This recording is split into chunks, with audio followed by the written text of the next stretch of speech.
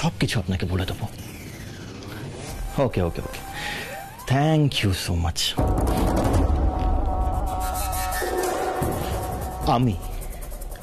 আমি রণজিৎ লাহিড়ী একটা অকর্মণ্য, আর ওই ইন্দ্রজিৎ লাহিড়ী খুব দায়িত্ববান না?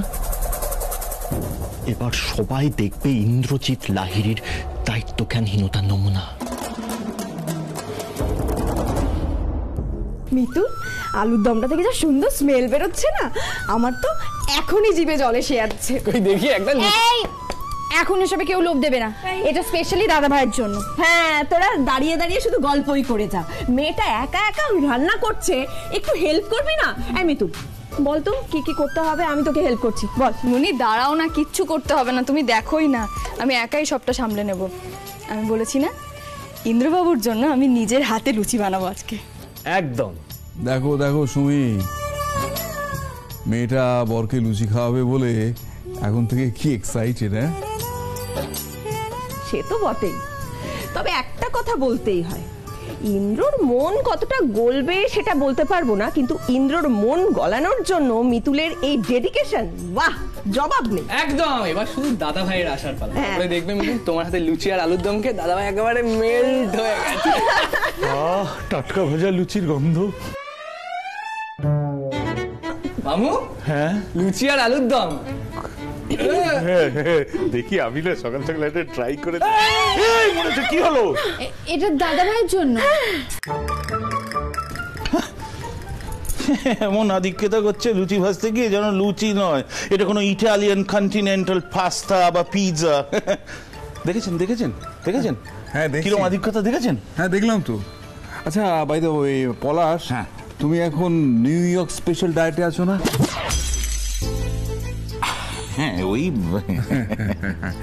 মিথুন মা, হ্যাঁ, তুই যখন আমাদের জন্য লুচি ভাজবি তখন প্লিজ পলাশের জন্য ভাজিস না, ওর ক্ষতি হয়ে যাবে। সেরেছে না না না না না না না না, ভাজুক নাকি? হ্যাঁ মানে বলছিলাম কি, ওই লুচি চিট চিট ডে বলে একটা বিষয় থাকে ডায়েটিং এ। Cheat day? হ্যাঁ থাকে থাকে।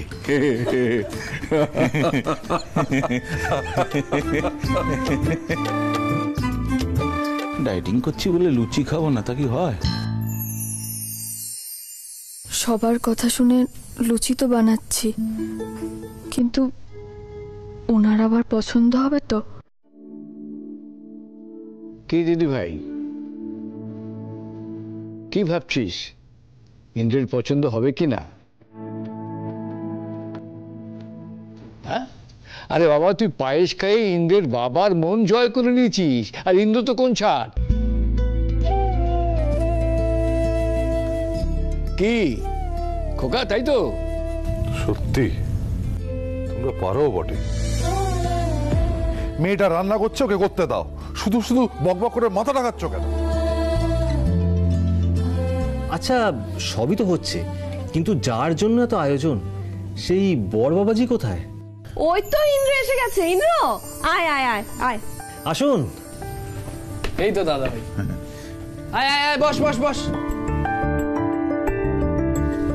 কি ব্যাপার, সবাই জটলা করে কি করছো? দাদু ভাই, তোমার জন্য একটা সারপ্রাইজ আছে। সারপ্রাইজ? কিসের সারপ্রাইজ? আরে দাদা ভাই, আজকে মিতুল তোর জন্য নিজে হাতে লুচি আলুর দম বানিয়েছে। বুঝলি ইন্দ্র, আজকে কিন্তু একটা ঐতিহাসিক কাণ্ড হতে চলেছে, কি তাই না? একদম ঠিক দাদা ভাই, আজকে তোর জন্য মিতুল নিজের হাতে লুচি আর আলুর দম বানিয়েছে। তুই যাই বলিস, এরকম বউ পাওয়া কিন্তু সত্যি ভাগ্যের ব্যাপার ভাই।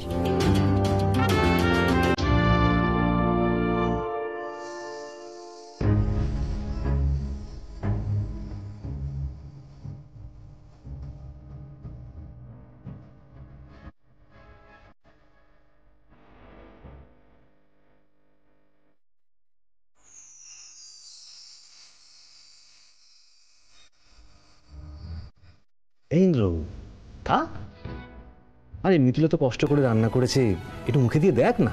হ্যাঁ হ্যাঁ তাই তো। আরে ঠান্ডা হয়ে যাচ্ছে, তাড়াতাড়ি খাক। প্লিজ এসব বন্ধ করবে।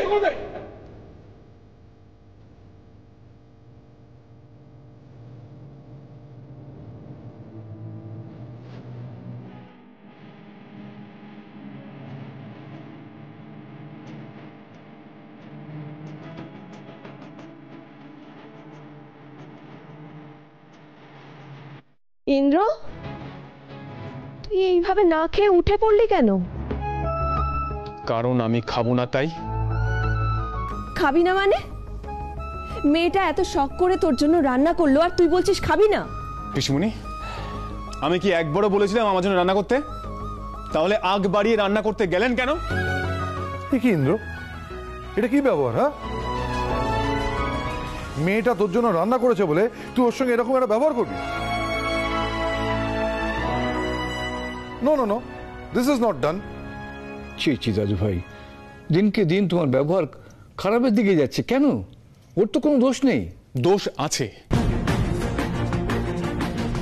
উনি কি একবার ওই রান্নাটা করার আগে আমাকে জিজ্ঞাসা করেছিলেন? আমার জন্য যে উনি লুচি ভাজছেন সেটাকে আমাকে জিজ্ঞাসা করেছিলেন না। উনি ভেজে নিয়ে সামনে এসে রেখে দিলেন।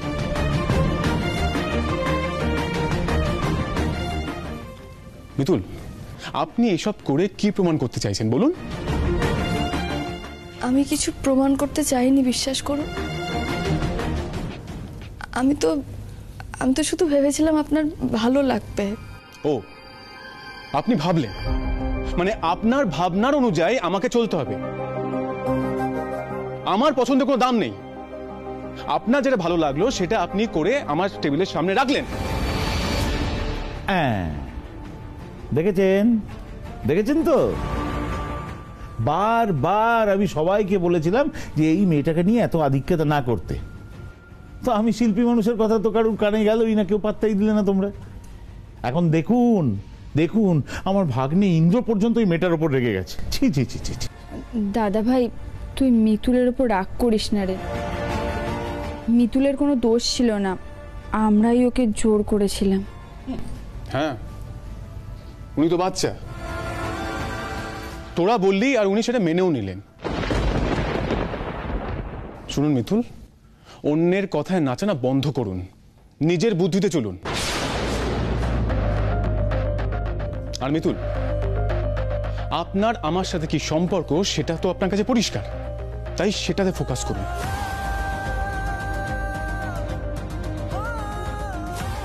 বুঝতে পেরেছেন?